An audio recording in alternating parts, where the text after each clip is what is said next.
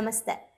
ಇವತ್ತಿಂದ ಹೊಸ ಪುಸ್ತಕವನ್ನ ಓದ್ತಾ ಇದ್ದೀವಿ. ಈ ಹೊಸ ಪುಸ್ತಕದ ಹೆಸರು ಲೈಫ್ ಚೇಂಜಿಂಗ್ ಹ್ಯಾಬಿಟ್ಸ್, ಬದುಕು ಬದಲಿಸುವ 21 ಅಭ್ಯಾಸಗಳು, ಸರಳ ಅಭ್ಯಾಸಗಳು, ಸುಂದರ ಬದುಕು. ಬರೆದಿರೋದು ತಾರಾ ಮಂಜುನಾಥ್. ಇದು ನಾನೇ ಬರೆದಿರೋ ಪುಸ್ತಕ. ಇಷ್ಟು ವರ್ಷ ಅಂದರೆ ಲಾಸ್ಟ್ 2 ಇಯರ್ಸಿಂದ ನಾನು ಎಷ್ಟೊಂದು ಲೇಖಕರ ಪುಸ್ತಕಗಳನ್ನು ಓದಿದ್ದೀನಿ. ಸೊ ಇವತ್ತು ನನ್ನ ಪುಸ್ತಕನೇ ಓದ್ತಾ ಇದ್ದೀನಿ. ಇದನ್ನು ಯಾಕೆ ಓದ್ತಾ ಇದ್ದೀನಿ? ಆಲ್ರೆಡಿ ತುಂಬ ಜನ ಓದೋಕ್ಕೆ ಸ್ಟಾರ್ಟ್ ಮಾಡಿದ್ದೀರಾ, ತುಂಬ ಕಮೆಂಟ್ಸಲ್ಲಿ ಹಾಕಿದ್ದೀರಾ, ಮ್ಯಾಮ್ ನಮಗೆ ಈ ಚಾಪ್ಟರ್ ತುಂಬ ಇಷ್ಟ ಆಯಿತು, ಮ್ಯಾಮ್ ನನಗೆ ಈ ಕಾನ್ಸೆಪ್ಟ್ ಇಷ್ಟ ಆಯಿತು ಅಂತ. ಲಾಸ್ಟ್ ನಾನು ಕಮೆಂಟ್ಸ್ ಎಲ್ಲ ಓದಿದೆ. ನೀವು ಹೇಳಿದ್ಮೇಲೆ ನಾನೊಂದ್ಸಲ ಚಾಪ್ಟರ್ ಓಪನ್ ಮಾಡಿ ನೋಡಿದೆ, ಹೌದಾ ಇದ್ರಲ್ಲಿ ಏನು ಇಷ್ಟ ಆಯಿತು ಅವರಿಗೆ ಅಂತ ಕೂಡ. ಸೊ ಈ ಸಲ ಇದನ್ನು ಯಾಕೆ ನಾನು ಓದ್ತಾ ಇದ್ದೀನಿ ಅಂದರೆ, ನೀವು ಓದಿರ್ತೀರಾ ಅಲ್ಲ, ಇನ್ನ ಡೀಪಾಗಿ ಇದನ್ನ ಹೇಗೆ ಪ್ರಾಕ್ಟೀಸ್ ಮಾಡ್ಬೋದು, ಇನ್ನೊಂಚೂರು ಹೇಗೆ, ಇವಾಗ ನೀವು ಇದನ್ನ ಓದಿದ್ದೀರಾ, ಈಗ ಕೇಳಿಸ್ಕೊಳ್ತೀರಾ, ಸೊ ನಿಮಗೆ ಮಾಡೋಕ್ಕೆ ಇದು ಹೆಲ್ಪ್ ಆಗುತ್ತೆ. ಓಕೆ, ಫೈನಲಿ ಆ್ಯಕ್ಷನಿಗೆ ಬರೋಕ್ಕೆ. ಸೊ ಹಿಂದೆಗಡೆ ಹಿನ್ನುಡಿ ಅಂತ ಏನು ಹೇಳ್ತೀವಿ, ಅಲ್ಲಿ doctor Virupaksha Devaramane sir. So ನನಗೆ ಮಾತಾಡೋಕ್ಕಾಗದೇ ಇರೋದನ್ನ ಇಲ್ಲಿ ಇವಾಗ ನಾನು ಮಾತಾಡ್ಬೋದು. ಡಾಕ್ಟರ್ ವಿರೂಪಾಕ್ಷ ದೇವರಮನೆ ಸರ್ ನಿಮಗೆಲ್ಲ ಈಗ ಆಲ್ರೆಡಿ ಗೊತ್ತಿದೆ. ಅವರು ಸಾಕಷ್ಟು ಪುಸ್ತಕಗಳು, ಮಕ್ಕಳ ಹತ್ರ ಮಾತಾಡಿ ಪ್ಲೀಸ್, ಯೂಟರ್ನ್ ಆಗಿರ್ಬೋದು, ಏನು ಸಾಕಷ್ಟು ಪುಸ್ತಕ ಬರೆದಿದ್ದಾರೆ. ಇಂಥದ್ದು ಅಂತ ಇಲ್ಲ, ಯಾಕಂದರೆ ಪೇರೆಂಟ್ಸ್ ಬಗ್ಗೆ ಬರೆದಿದ್ದಾರೆ, ಟೀಚರ್ಸ್ ಬಗ್ಗೆ ಬರೆದಿದ್ದಾರೆ, ಮಕ್ಕಳ ಬಗ್ಗೆ ಬರೆದಿದ್ದಾರೆ. ಸೊ ಅವರು ಸೈಕ್ಯಾಟಿಸ್ಟ್ ಕೂಡ. ಸೊ ಅವರು ನಾನು ಈ ಥರ ಬುಕ್ ಬರಿತಾ ಇದ್ದೀನಿ ಅಂದ ತಕ್ಷಣ ನಾನು ಹಿನ್ನುಡಿ ಬರ್ಕೊಡ್ತೀನಿ ಅಂತ ಹೇಳಿ ಬರ್ಕೊಟ್ಟಿದ್ದು. ನಿಜವಾಗ್ಲೂ ಅವರ ಒಂದು ಡೌನ್ ಟು ಅರ್ತ್, ಅವರ ನೇಚರ್ನ ನಮಗೆ ತೋರಿಸುತ್ತೆ. ಅವ್ರು ಏನು ಬರೆದಿದ್ದಾರೆ, ನಾವು ಈ ಒಂದು ನಾನು ಬರೆದಿರೋದನ್ನ ಅವ್ರಿಗೆ ಕಳಿಸಿದಾಗ ಅವರು ಅದನ್ನು ನೋಡಿ ಇದಕ್ಕೆ ಯಾವ ಹಿನ್ನುಡಿ ಬರಿಬೇಕು ಅಂತ ಬರೆದಿದ್ದಾರೆ. ಏನಂದರೆ, ಸುಂದರ ಬದುಕಿಗೆ 21 ಸರಳ ಅಭ್ಯಾಸಗಳು ನಿಮ್ಮ ಬದುಕನ್ನು ಬಂಗಾರವಾಗಿಸಲಿ. ಸರಳ ಅಭ್ಯಾಸಗಳು ಬದುಕನ್ನು ಸರಳಗೊಳಿಸುತ್ತವೆ, ಆ ಮೂಲಕ ಸುಂದರಗೊಳಿಸುತ್ತವೆ. ಸಣ್ಣ ಗೆಲುವುಗಳನ್ನು ದೊಡ್ಡದಾಗಿ ಸಂಭ್ರಮಿಸಿ. ಸದಾ ಕೃತಜ್ಞರಾಗಿರಿ. ಕೊರತೆಗಳಿಂದ ಉನ್ನತಿಯೆಡೆಗೆ, ಅತೃಪ್ತಿಯಿಂದ ತೃಪ್ತಿಯೆಡೆಗೆ ಬದುಕು ಸಾಗಿಸುತ್ತಿರಿ. ನಿಶ್ಚಲತೆಯ ಸುಡುವ ಚಲನಾ ಶಕ್ತಿ ಬದುಕಿಗೆ ಚೈತನ್ಯ ತುಂಬಲಿ. ದೈವಿಕ ಆನಂದ ಆವಿರ್ಭವಿಸಲಿ. ಅಗತ್ಯಗಳು ಕಡಿಮೆಯಾಗಲಿ. ತೃಪ್ತ ಬದುಕಿನ ಅಮಿತಾನಂದ ದೊರೆಯಲಿ. ಮಾತಿನ ಭರಾಟೆ ನಿಂತು ಸುಂದರ ಮೌನ ಅಸ್ತಿತ್ವವಾಗಲಿ. ಬಾಯಿ ಸುಮ್ಮನಾಗಿ ಆತ್ಮದ ಮಾತು ಕೇಳಿಸಲಿ. ಆರೋಗ್ಯಕರ ತನು, ಸಂತಸದ ಮನ ನಿಮ್ಮದಾಗಲಿ. ದೀರ್ಘ ಉಸಿರಾಟ, ಸುದೀರ್ಘ ಆಯುಷ್ಯು ನೀಡಲಿ. ಸಂಬಂಧಗಳು ಗಟ್ಟಿಗೊಳ್ಳಲಿ, ಇತರರೊಂದಿಗೂ ನಿಮ್ಮೊಂದಿಗೂ. ನಿಮ್ಮೊಳಗಿನ ಅದ್ಭುತ ವ್ಯಕ್ತಿಯ ಪರಿಚಯ ನಿಮಗಾಗಲಿ. ನಿಮ್ಮನ್ನೇ ಸುಡುವ ಕೋಪ ಬೇಡ. ಆರೋಗ್ಯಕರ ಚೌಕಟ್ಟುಗಳು, ಶಾಂತತೆ, ಕ್ಷಮಾಗುಣ ನಿಮ್ಮದ್ದಾಗಲಿ. ಆಗ ಬದುಕು ಸುಂದರವಾಗುತ್ತದೆ. ಬರೆದಿರೋದು, ಈ ಹಿನ್ನುಡಿಯನ್ನು ಬರೆದಿರೋದು doctor Virupaksha Devaramane sir. So ಎಷ್ಟು ಬ್ಯೂಟಿಫುಲ್ ಆಗಿ ಬರೆದಿದ್ದಾರೆ ಅಲ್ಲ. ಅವ್ರು ಕಳಿಸಿದ ತಕ್ಷಣ ಅನ್ಕೊಂಡೆ ಲೈಕ್ ಓವರ್ ಆಲ್ ಬುಕ್ನ ಒಂದು ಸಾರಾಂಶ ಹೇಳ್ಬಿಟ್ಟಿದ್ದಾರೆ ಅಂತ. ಸೊ ಆ ಒಂದು ಪುಸ್ತಕ ಇವಾಗ ನಾನು ಓದಕ್ಕೆ ಸ್ಟಾರ್ಟ್ ಮಾಡ್ತಾ ಇದ್ದೀನಿ. ಆ್ಯಂಡ್ ನನ್ನ ಮನಸ್ಸಿನ ಮಾತು ಈ ಒಂದು ಲೇಖನದಲ್ಲಿ ಸೊ ಹೇಳಕ್ಕೆ ಖುಷಿ ಆಗುತ್ತೆ. ಏನಂದರೆ, ನನಗೆ ತುಂಬ ಜನ ನನ್ನ ಲೈಫಲ್ಲಿ ಗುರುಗಳಿದ್ದಾರೆ, ತುಂಬ ಒಳ್ಳೊಳ್ಳೆ ಗುರುಗಳಿದ್ದಾರೆ. ನನಗೆ ನಿಜಕ್ಕೂ ನಾನು ತುಂಬ ಪುಣ್ಯ ಮಾಡಿದ್ದೀನಿ, ತುಂಬ ಒಳ್ಳೆ ಸೋಲ್ಗಳು ನನ್ನ ಲೈಫಲ್ಲಿ ಕನೆಕ್ಟ್ ಆಗಿರೋದಕ್ಕೆ. ಸೊ ನಾನು ಡಿಪ್ರೆಷನಲ್ಲಿದ್ದಾಗ ಲೈಫ್ ಎಜುಕೇಷನ್ ಅನ್ನೋ ಒಂದು ಕಾನ್ಸೆಪ್ಟನ್ನ ನನ್ನ ತಲೆಗೆ ಅರ್ಥ ಮಾಡಿಸಿದ್ದು, ಅಳವಡಿಸ್ಕೊಳ್ಳೋಕ್ಕೆ ಸಪೋರ್ಟ್ ಮಾಡಿದ್ದು, ನನ್ನ ಹೆಜ್ಜೆ ಹೆಜ್ಜೆಗೂ ಸಪೋರ್ಟ್ ಮಾಡಿದ್ದು ವಿಜಯ್ ಡಿ ಜಿ ಸರ್ ಅಂತ ಹೇಳಿ. ತುಂಬ ಜನ ಕೇಳ್ತಾ ಇದ್ರಿ ಅಲ್ವಾ ನಿಮ್ಮ ಗುರುಗಳು ಯಾರು ಅಂತ. ನಾನು ಯಾಕೆ ಹೇಳ್ತಿರ್ಲಿಲ್ಲ ಅಂದರೆ, ನಾನು ಯಾರ ಹೆಸರು ಹೇಳಲಿ ಅಂತ. ಯಾಕಂದರೆ ಒಬ್ಬರ ಹೆಸರು ಹೇಳಿದ್ರೆ ಒಬ್ರಿಗೆ ಬೇಜಾರಾಗ್ಬೋದೇನೋ, ಒಬ್ಬರ ಹೆಸರು ಹೇಳಿದ್ರೆ ಇನ್ನೊಬ್ರಿಗೆ ಬೇಜಾರಾಗ್ಬೋದೇನೋ. ಅವ್ರಿಗೆ ಬೇಜಾರಾಗಲ್ಲ, ಬಟ್ ನನಗೆ ಅದು ಮನಸ್ಸಿಗೆ ಒಪ್ತಾ ಇರಲಿಲ್ಲ. ಬಟ್ ನಾನು ಕೂತು ಯೋಚನೆ ಮಾಡಬೇಕಾದ್ರೆ ಇವತ್ತಿಲ್ಲೇನು ಅಭ್ಯಾಸಗಳಿದೆ ಅಲ್ಲ, ಸ್ಪೆಷಲಿ ಲೈಫ್ ಎಜುಕೇಷನ್ ಅನ್ನುವಂಥದ್ದು, ನಾಲೆಜ್ ಅನ್ನೋ ಪಾತ್ಗೆ ನನಗೆ ರೆಡಿ ಮಾಡಿದ್ದೆ Vijay D G sir. So ಹಾಗಾಗಿ ಅವರಿಗೆ ಈ ಬುಕ್ನ ನಾನು ಡೆಡಿಕೇಟ್ ಮಾಡಿದ್ದೀನಿ ಅಂತ ಹೇಳಿ, ಜ್ಞಾನದ ಮೂಲಕ ಬದುಕುವ ಕಲೆಯನ್ನು ಕಲಿಸಿದ, ಜೊತೆಯಲ್ಲಿ ನಿಂತು ಬರೀ ಜ್ಞಾನವನ್ನು ಮಾತ್ರ ಕೊಡದೆ ಅವರು ತೋರಿಸಿದ ಕಾಳಜಿ, ಪ್ರೀತಿಗೆ ಇವತ್ತು ನನ್ನ ಜೀವನ ಸ್ವರ್ಗವಾಗಿದೆ. ಹೇಳುವುದನ್ನು ನೀನು ಅಳವಡಿಸಿಕೊಳ್ಳಬೇಕು, ಅಳವಡಿಸಿಕೊಂಡಿದ್ದನ್ನೇ ಹೇಳಬೇಕು ಎನ್ನುವ ದೃಢವಾದ ಅಳವಡಿಕೆಯ ಬೀಜವನ್ನು ನನ್ನೊಳಗೆ ಅಳವಡಿಸಿದ ನನ್ನ ಗುರುಗಳಾದ ಶ್ರೀಯುತ ವಿಜಯ್ ಡಿ ಜಿ ರವರಿಗೆ ಈ ಪುಸ್ತಕವನ್ನು ನಾನು ಅರ್ಪಿಸುತ್ತೇನೆ ಅಂತ ಬರೆದಿದ್ದೀನಿ. ಯಾಕೆ ಅಂತ ಅಂದರೆ, ಡೆಡಿಕೇಶನ್, ಅವರಿಗೆ ಡೆಡಿಕೇಟ್ ಮಾಡ್ತಾ ಇರುವಂಥದ್ದು. ನನಗೆ ಒಂದ್ಸಲ ಅವ್ರೇನಾದರೂ ನಮಗೆ ಕ್ಲಾಸ್ ಮಾಡಿದಾಗ ನಾನು ಥ್ಯಾಂಕ್ ಯು ಸರ್ ಅಂತ ಹೇಳಕ್ಕೆ ಹೋದಾಗ 10 ವರ್ಷಗಳ ಹಿಂದೆ, ಒಂದು 10 ವರ್ಷ 8 ವರ್ಷಗಳ ಹಿಂದೆ ಎಲ್ಲ ಥ್ಯಾಂಕ್ಸ್ ಅಂತ ಹೇಳಕ್ಕೆ ಹೋದರೆ, ನನಗೆ ನಿನ್ನ ಥ್ಯಾಂಕ್ ಯು ಬೇಡ, ನಿನ್ನ ಲೈಫಲ್ಲಿ ಇದನ್ನು ಅಳವಡಿಸ್ಕೊಂಡು ನೀನು ಚೆನ್ನಾಗಿರೋ ಸಾಕು, ಅದೇ ನಂಗೆ ದೊಡ್ಡ ಥ್ಯಾಂಕ್ ಯು ಅಂತ. ಆಮೇಲೆ ನಿನ್ಗೆ ಯಾವಾಗ ನನಗೆ ಥ್ಯಾಂಕ್ಸ್ ಹೇಳೋ ರೈಟ್ಸ್ ಬರುತ್ತೆ ಅಂದರೆ ನೀನು ಇದನ್ನು ಅಳವಡಿಸ್ಕೊಂಡ್ಮೇಲೆ ನಂಗೆ ಥ್ಯಾಂಕ್ಸ್ ಹೇಳೋ ರೈಟ್ಸ್ ನಿಂಗೆ ಬರುತ್ತೆ, ಅಲ್ಲಿವರೆಗೂ ನಿಂಗೆ ಅಧಿಕಾರನೂ ಇಲ್ಲ ಅಂತ. ಸೊ ಅದು ನನ್ನ ತಲೆಯಲ್ಲಿ ತುಂಬ ಸ್ಟ್ರಾಂಗಾಗಿ ಉಳ್ಕೊಂಡು ಅವತ್ತಿಂದ ನಾನು ಅವ್ರಿಗೆ ಥ್ಯಾಂಕ್ಸೇ ಹೇಳ್ತಾ ಇರಲಿಲ್ಲ. ಇವತ್ತು ನನ್ನ ಬದುಕೆ ಅವ್ರಿಗೆ ಕೃತಜ್ಞತೆ ಆಗಿದೆ. ಇವತ್ತಿಗೂ ನಾವು ತುಂಬ ಅಂದರೆ ನಮ್ಮ ಫ್ಯಾಮಿಲಿ ಎಲ್ಲನೂ ಪರಿಚಯನೇ. ಖುಷಿ ಆಗ್ತಿದೆ. ಆ್ಯಂಡ್ ಯಾವುದೇ ಈಗೋ ಇಲ್ಲದೆ ಇವನ್ ಸರ್ ಅವರ ಫ್ಯಾಮಿಲಿ ಅಂದರೆ ಅವರ ವೈಫ್ ಮತ್ತು ಸರ್ ಅವರ ಅಣ್ಣನ ವೈಫ್ ಇಬ್ಬರೂ ಕೂಡ ನಮ್ಮ ಕ್ಲಾಸಸ್ನ ಅಟೆಂಡ್ ಮಾಡ್ತಾರೆ. ಅವ್ರಿಗೆ ಅದು ಯಾವುದೂ ಇಲ್ಲದೆ ಎಲ್ಲಾದರೂ ಸರಿ ಅವರು ಒಳ್ಳೆಯದನ್ನು ಕಲಿತಿದ್ದಾರೆ. ಸೊ ನೀನು ಕನೆಕ್ಟ್ ಆಗಿದ್ಯಾ ಅಂದರೆ ನಂಗೆ ಇನ್ನೂ ಖುಷಿ ಅಂತ ಹೇಳಿ ಅವರು ಆ ಒಂದು ಏನು ಇವ್ರನ್ನೂ ಹಾಕ್ಕೋಬೇಕು ಅನ್ನೋದೇ ಅವ್ರಿಗಿದ್ದಿದ್ದು ಮುಂಚೆಯಿಂದ. ಸೊ ಅಂದರೆ ಕನೆಕ್ಟ್ ಮಾಡಿಸಿದ್ದು ಮೊದಲನೇದು. ಸೊ ಯಾರು ಮಾಡ್ತಾರೆ ಅಲ್ವಾ ಆ ಥರ ಗುಣ. ಆ್ಯಂಡ್ ಇವತ್ತು ಕೆರೆಯ ನೀರನ್ನು ಕೆರೆ ಚೆಲ್ಲಿ ಅನ್ನೋ ಥರ ಅವ್ರು ಕೊಟ್ಟಿರೋವಂತಹ ಜ್ಞಾನ ಅವ್ರಿಗೆ ವಾಪಸ್ ಕೊಡ್ತಾ ಇರೋದಕ್ಕೆ ನನಗೆ ತುಂಬ ಖುಷಿ ಇದೆ. ಅವ್ರ ಫ್ಯಾಮಿಲಿಗೆ ಮಾಡ್ತಾ ಇರೋದು. ಆ್ಯಂಡ್ ತುಂಬ ಇದೆ ಅವ್ರ ಬಗ್ಗೆ. ನಾನು ಏನಾದ್ರು ಹೇಳಕ್ಕೆ ಸ್ಟಾರ್ಟ್ ಮಾಡಿದ್ರೆ ಮೇ ಬಿ ಒಂದೊಂದು ಇನ್ಸಿಡೆಂಟ್ ಹೇಳಬೇಕಾಗತ್ತೆ. ಅಷ್ಟು ಇದೆ. ನನ್ನ ಮದುವೆ ಆಗಿ ತಾಳಿ ಕಟ್ಟಿದ್ದ ದಿನದಿಂದ ಹಿಡಿದು ತುಂಬ ಇದೆ ಸ್ಟೋರಿ ಹೇಳಬೇಕು ಅಂದರೆ.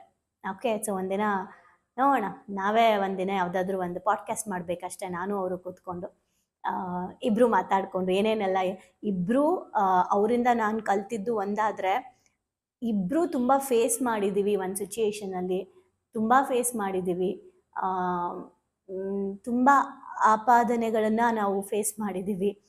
ಬಟ್ ಅದೆಲ್ಲ ಇದ್ದರೂ ಕೂಡ ನಾನು ಆ್ಯಕ್ಚುಲಿ ನಮ್ಮ ಸರ್ರಿಂದ ನಾನು ಒಟ್ಟಿಗೆ ನಾವೆಲ್ಲ ಇದ್ದಿದ್ದು. ನಾನು ಹೊರಗಡೆ ಬಂದು ಎಮೋಜಿಮ್ ಸ್ಟಾರ್ಟ್ ಮಾಡೋಕ್ಕೆ ಕಾರಣನೇ ಅವರಿಗೆ ಎಲ್ಲೋ ಒಂದು ಕಡೆ ಫ್ರೀಡಮ್ ಇರಲಿಲ್ಲ ಒಂದೇನೋ ಒಂದು ಸ್ಟಾರ್ಟ್ ಮಾಡೋಕ್ಕೆ. ಸೊ ಈ ಜ್ಞಾನ ಹೀಗೆ ಆದರೆ ಸರಿ ಹೋಗಲ್ಲ, ನಾನಾದರೂ ಹೊರಗಡೆ ಹೋಗಿ ಇದನ್ನು ಪಬ್ಲಿಕ್ಗೆ ಹೋಗ್ತೀನಿ ನಾನು ಅಂತ ಹೇಳಿದಾಗ ಓಕೆ ಹೋಗು, ಅಟ್ಲೀಸ್ಟ್ ನೀನು ಅದನ್ನು ಮಾಡು ಅಂತ ಹೇಳಿ ನನಗೆ ಪ್ರೋತ್ಸಾಹ ಕೊಟ್ಟು ಕಲಿಸಿದ್ದು. ಸೊ ಇವತ್ತು ಎಮೋಜಿಮ್ ಸ್ಟಾರ್ಟ್ ಆಗಿದೆ. ಬಟ್ ಅಲ್ಲೇ ಇರ್ತಿದ್ದೆ, ಅವರಿಗೆ ಕಷ್ಟ ಆಗ್ತಾಯಿತ್ತು. ಸೊ ದಟ್ ನಾವು ಇದನ್ನು ಹೊರಗೆ ಬಂದ್ವಿ. ಬಟ್ ಇವತ್ತು ಈ ಎಲ್ಲ ಲೈಫ್ ಏನಿದೆ ಅದೆಲ್ಲವೂ ಅವ್ರಿಗೆ ಡೆಡಿಕೇಟ್. ಮೇ ಬಿ ಈ ಪುಸ್ತಕ ಶುರು ಮಾಡೋಕ್ಕೆ ಮುಂಚೆ ಯಾಕೆ ಅವ್ರ ಬಗ್ಗೆ ಅಷ್ಟು ಹೇಳ್ತಾ ಇದ್ದೀನಿ ಅಂದರೆ ಅಷ್ಟಿದೆ ಹೇಳೋಕ್ಕೆ. ಸೊ ಅದಕ್ಕೋಸ್ಕರ ಅವ್ರ ಹತ್ರ ನಾನು ಯಾವತ್ತೂ ಶೇರ್ ಮಾಡಿಲ್ಲ, ಅವ್ರಿಗೆ ಯಾವತ್ತೂ ನಾನು ಥ್ಯಾಂಕ್ಸ್ ಹೇಳಿಲ್ಲ. ಈವನ್ ನಿಮಗೆ ಗೊತ್ತಿರೋ ನಿಮಗೆ ಹೇಳ್ತೀನಿ, ಇಲ್ಲಿ ಬರೆದಿರೋ ಬುಕ್ಕು ಅವ್ರು ತೊಗೊಂಡು ಅವ್ರ ಬುಕ್ ಓದಿದ್ದಾರೆ ನಮ್ಮ ಸರು. ಅವರೇ ಪರ್ಚೇಸ್ ಮಾಡಿ ಓದಿದ್ದಾರೆ ಅಮೆಝಾನಿಂದ. ಆದರೆ ಅವ್ರಿಗೆ ಗೊತ್ತಿರಲಿಲ್ಲ ನಾನು ಇದನ್ನು ಅವ್ರಿಗೆ ಡೆಡಿಕೇಟ್ ಮಾಡಿದ್ದೀನಿ ಅಂತ. ಅವ್ರು ಇದನ್ನು ನೋಡಿಬಿಟ್ಟು ಫೋಟೋ ತೆಗೆದ್ಬಿಟ್ಟು ಇಟ್ಸ್ ಸರ್ಪ್ರೈಸ್ ಅಂತ ಕಳಿಸಿದ್ರು.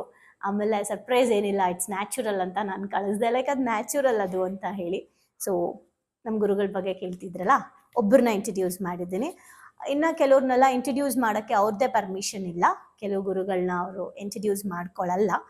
ಓಕೆ, ಆ ಥರ ಒಂದಿದೆ ಸಿಸ್ಟಮ್. ಸೊ ನಾನು ಅದನ್ನು ಫಾಲೋ ಮಾಡಬೇಕು ಕೆಲವ್ರದ್ದು, ಯಾಕಂದರೆ ಅವ್ರದ್ದೇ ಒಂದು ಸಿಸ್ಟಮ್ ಇದೆ. ಹಾಗಾಗಿ ನನಗೆ ಭಕ್ತಿ ಮಾರ್ಗ, ಅನುಷ್ಠಾನ, ಕೆಲವು ಶಕ್ತಿಗಳ ವಿಚಾರದಲ್ಲಿ ಆಗಿರ್ಬೋದು, ಇವೆಲ್ಲ ಕಲಿಸ್ತಾ ಇರೋ ಗುರುಗಳು ಬೇರೆ ಇದ್ದಾರೆ. ಅವ್ರನ್ನ ನಾನು ಇಂಟ್ರಡ್ಯೂಸ್ ಮಾಡೋಕ್ಕಾಗಲ್ಲ. ಗೊತ್ತಿಲ್ಲ, ಅವ್ರ ಪರ್ಮಿಷನ್ ಯಾವಾಗ ಸಿಗುತ್ತೆ ಅವಾಗ ಮಾಡೋಣ. ಸೊ ಇದಿಷ್ಟು ಬುಕ್ಕಲ್ಲಿ ಬರೆದಿರುವಂಥದ್ದು. ಆ್ಯಂಡ್ ಈ ಬುಕ್ಕು ನನಗೆ ಯಾಕೆ ಬರಿಬೇಕು ಅಂತ ಅನ್ನಿಸ್ತು ಅಂದರೆ, ಬದಲಾವಣೆ ಜಗದ ನಿಯಮ, ಆದರೆ ಬದಲಾಗದಿದ್ರೆ ನಮ್ಮ ಜೀವನ ನಿರ್ಗಮನ. 10 ವರ್ಷಗಳ ಹಿಂದೆ ನಾನು ಸಾಮಾನ್ಯಳಂತೆ ಬದುಕ್ತಾ ಇದ್ದೆ. 10 years ಬಿಫೋರ್ ನಾನು ತುಂಬ ಸಾಮಾನ್ಯಳಂತೆ ಬದುಕ್ತಾ ಇದ್ದೆ. ಎಷ್ಟು ಗಂಟೆಗೆ ಎದ್ದೇಳೋದು, ಎಷ್ಟು ಗಂಟೆಗೋ ಮಲಗೋದು, ಯಾವುದಕ್ಕೂ ಸರಿಯಾದ ಸಮಯ ಇಲ್ಲ. ಜೀವನ ಸರಿಯಾದ ದಿಕ್ಕಲ್ಲಿ ಸಾಗ್ತಾ ಇಲ್ಲ. ಕೆಲಸದಲ್ಲಿ, ವ್ಯವಹಾರದಲ್ಲಿ, ಕುಟುಂಬದಲ್ಲಿ ಎಲ್ಲದರಲ್ಲೂ ಕೂಡ ಏನೋ ಒಂದು ಪ್ರಾಬ್ಲಮ್. ಒಂದು ಕಡೆ ನಾನು ಬದಲಾಗಬೇಕು ಅಂತ ನನಗೆ ತುಂಬ ಅನ್ನಿಸ್ತಾ ಇತ್ತು. ಬಟ್ ಇನ್ನೊಂದು ಕಡೆ ನನಗೆ ಬದಲಾಗಕ್ಕೆ ಆಗ್ತಾ ಇರಲಿಲ್ಲ. ಒಂದು ರೀತಿ ಅದು ಬದಲಾಗಕ್ಕೆ ಆಗ್ತಾ ಇಲ್ಲ ಅನ್ನೋ ನೋವೇ ಸಿಕ್ಕಾಪಟ್ಟೆ ಪೇನ್ ಕೊಡ್ತಾ ಇತ್ತು, ತುಂಬ ನೋವಾಗ್ತಾ ಇತ್ತು. ಆ ಟೈಮಲ್ಲಿ ನನ್ನ ಸ್ವಂತ ಅಣ್ಣಯಿಂದ ನನಗೆ ಫಸ್ಟು ಡಿಪ್ರೆಷನಲ್ಲಿದ್ದಾಳೆ ಅಂತ ಹೇಳಿ ಒಂದು ಕೋರ್ಸ್ಗೆ ಅವ್ನು ಕನೆಕ್ಟ್ ಮಾಡಿದ್ದು. ಆ ಕೋರ್ಸ್ಗೆ ಹೋಗೋಕ್ಕೆ ಸ್ಟಾರ್ಟ್ ಮಾಡಿ ಜೀವನದ ಶಿಕ್ಷಣ, ಲೈಫ್ ಎಜುಕೇಷನ್ ಮೊದಲನೇದು ನನ್ನ ಲೈಫಲ್ಲಿ ಎಂಟ್ರಿ ಆಗಿದ್ದು. ಸೊ ಅಲ್ಲಿಂದ ನನಗೆ ಓಕೆ, ನಾನು ಇದುವರೆಗೂ ಬದುಕ್ತಿರೋದು ಬದಲಾಗಬೇಕು ಅಂದ್ಕೊಳ್ತಾ ಇದ್ದೀನಿ, ಬಟ್ ಆಗ್ತಾ ಇಲ್ಲ. ಯಾಕೆ ಅಂದರೆ ನನಗೊಂದು ಸಿಸ್ಟಮ್ ಬೇಕು, ನನಗೊಬ್ರು ಗುರು ಬೇಕು, ನನ್ನನ್ನು ಮೇಲೆ ಎತ್ತಕ್ಕೆ ಇನ್ನೊಂದು ಹ್ಯಾಂಡ್ ಬೇಕು ಅಂತ ನಂಗೆ ಅನಿಸಿದ್ದು. ಸೊ ಇನ್ನೊಂದು ಕೈ ಬೇಕು ನನಗೆ ಅಂತ ಅನಿಸಿದ್ದು, ಜ್ಞಾನದ ಕೈ.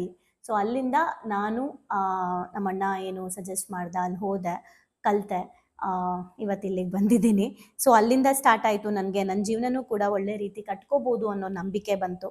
ನನ್ನಲ್ಲೂ ಕನಸು ಹುಟ್ಟಿತು. ಅಲ್ಲಿಂದ ಶುರುವಾಯಿತು ನನ್ನ ಜೀವನ ಅಂದರೆ ನನ್ನ ಜೀವನಕ್ಕೆ ಬದಲಾಯಿಸೋ ಅಭ್ಯಾಸಗಳನ್ನು ಶುರು ಮಾಡಿದೆ. ಅಭ್ಯಾಸಗಳನ್ನು ಬದಲಾಯಿಸಿದ್ರೆ ಜೀವನ ಬದಲಾಗುತ್ತೆ ಅಂತ ಒಂದು ಪುಸ್ತಕದಲ್ಲಿ ನೋಡಿದ್ದೆ, ಕೇಳಿದ್ದೆ, ಓದಿದ್ದೆ.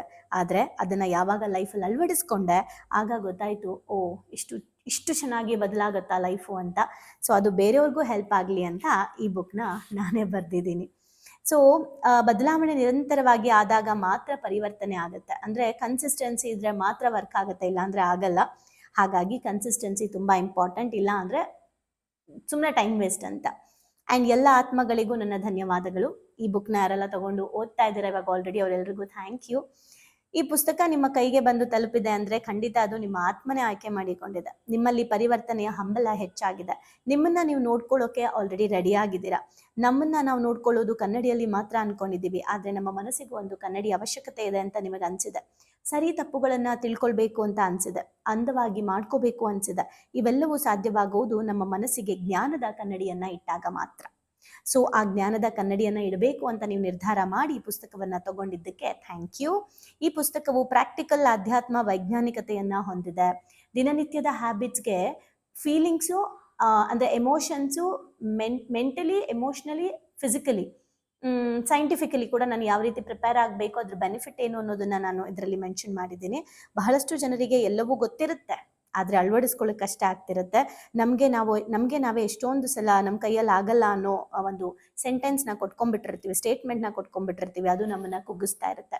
ಆದರೆ ಈ ಪುಸ್ತಕ ನಾನು ನನ್ನ ಜೀವನದಲ್ಲಿ ಇದೇ ಪರಿಸ್ಥಿತಿಯಲ್ಲಿದ್ದಾಗ ಹೇಗೆ ಪ್ರತಿದಿನ ಒಂದೊಂದು ಅಭ್ಯಾಸವನ್ನು ಅಳವಡಿಸ್ಕೊಳ್ತಾ ಅದನ್ನು ನಿರಂತರವಾಗಿ ಮಾಡ್ತಾ ನನ್ನ ಜೀವನದಲ್ಲಾದ ಪರಿವರ್ತನೆಯನ್ನು ಗಮನಿಸ್ತಾ ನಮ್ಮ ಜೀವನದ ಸೃಷ್ಟಿಕರ್ತರು ನಾವೇ ಎನ್ನುವ ಹಾಗೆ ಅದನ್ನು ಈಗ ಅನುಭವಿಸ್ತಾ ಇದ್ದೀನಿ. ನನ್ನ ಹಾಗೆ ಯಾರಿಗೆಲ್ಲ ನನ್ನ ಹಾಗೆ ನಾನು 10 ವರ್ಷಗಳ ಹಿಂದೆ ನಾನೇನು ಸಫರ್ ಆಗ್ತಾ ಇದ್ದೀನಿ ಆ ಥರ ಸಫರಿಂಗ್ ನೀವು ಮಾಡ್ತಾ ಇದ್ರೆ, ನಿಮ್ಮ ಹೆಲ್ತಲ್ಲಿ, ನಿಮ್ಮ ಕೆರಿಯರಲ್ಲಿ, ಹಣಕಾಸಲ್ಲಿ, ಕುಟುಂಬದಲ್ಲಿ ನೀವು ಕೂಡ ತೊಂದರೆಯಲ್ಲಿದ್ದರೆ, ಹಾಗಿದ್ರೆ ನಾನು ಹೇಗೆ ನನ್ನ ಅಭ್ಯಾಸಗಳನ್ನು ಬದಲಾಯಿಸ್ಕೊಂಡೆ, ನೀವು ನಿಮ್ಮ ಅಭ್ಯಾಸಗಳನ್ನು ಬದಲಾಯಿಸ್ಕೊಳ್ಳಿ. ನಾನಿವತ್ತು ನನ್ನ ಲೈಫ್ನ ತುಂಬ ಬ್ಯೂಟಿಫುಲ್ಲಾಗಿ ಕ್ರಿಯೇಟ್ ಮಾಡ್ಕೊಂಡಿದ್ದೀನಿ, ನೀವು ನಿಮ್ಮ ಲೈಫ್ನ ಬ್ಯೂಟಿಫುಲ್ಲಾಗಿ ಕ್ರಿಯೇಟ್ ಮಾಡ್ಕೊಳ್ಳಿ.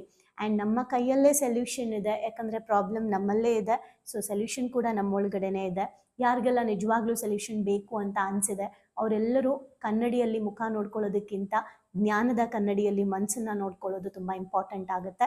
ಹಾಗಾಗಿ ಬದುಕು ಬದಲಿಸುವ 21 ಅಭ್ಯಾಸಗಳು, ಸರಳ ಅಭ್ಯಾಸ ಸುಂದರ ಬದುಕು ಅನ್ನೋ ಪುಸ್ತಕ ನಾನು ನಿಮ್ಮ ಮುಂದೆ ಕೊಡ್ತಾ ಇರೋದು. ಇದು ಓದ್ಬಿಟ್ಟು ಮರೆಯೋ ಅಂಥದ್ದೆಲ್ಲ, ಓದಿ ಅಳವಡಿಸ್ಕೊಳ್ಳುವಂತಹ ಪುಸ್ತಕ ಇದಾಗಿದೆ. ಸೊ ಈ ಪುಸ್ತಕ ನಮ್ಮದೇ ಜೀವನದ ಒಂದು ಹೊಸ ಆಯಾಮನ ಸೃಷ್ಟಿ ಮಾಡುತ್ತೆ. ಯಾರೆಲ್ಲ ಜೀವನದಲ್ಲಿ ಪರಿವರ್ತನೆ ಆಗಬೇಕು ಅಂದ್ಕೊಂಡಿದ್ದೀರಾ, ಯಾರೆಲ್ಲ ನಿಮ್ಮ ಲೈಫಲ್ಲಿ ಪರಿವರ್ತನೆ ಆಗಬೇಕು ಅಂದ್ಕೊಂಡಿದ್ದೀರಾ, ಅವರೆಲ್ಲರೂ ಈ ಪುಸ್ತಕನ ಓದಬೇಕು. ಆದರೆ ಯಾರು ಗಟ್ಟಿ ನಿರ್ಧಾರ ಮಾಡ್ತಾರೋ ಅವರು ಮಾತ್ರ ಇದನ್ನು ಓದಿ ನಂತರ ಪರಿವರ್ತನೆ ಆಗ್ತಾರೆ. ಬನ್ನಿ ಬದಲಾಗೋಣ, ಬನ್ನಿ ಓದೋಣ. ತಾರಾ ಮಂಜುನಾಥ್. ಸೊ ನನ್ನ ಹೆಸರು ನಾನೇ ಹೇಳ್ಕೊಳ್ತಾ ಇದ್ದೀನಿ. ಬಟ್ ಸ್ಟಿಲ್ ಈ ಪುಸ್ತಕ ಈಗ ಆಲ್ರೆಡಿ ನಿಮ್ಗೆ ಎಷ್ಟು ಖುಷಿ ಕೊಟ್ಟಿದೆ, ನಿಮ್ಗೆ ಏನು ಅನ್ನಿಸ್ತಾ ಇದೆ ಅನ್ನೋದನ್ನು ಕಮೆಂಟ್ ಮಾಡಿ ಆಲ್ರೆಡಿ ತೊಗೊಂಡಿರೋರು. ಈಗ ಇದನ್ನು ಇನ್ನಷ್ಟು ಡೀಪಾಗಿ ನಾವು ನಾಳೆಯಿಂದ ಕಲಿತಾ ಹೋಗೋಣ. Thank you.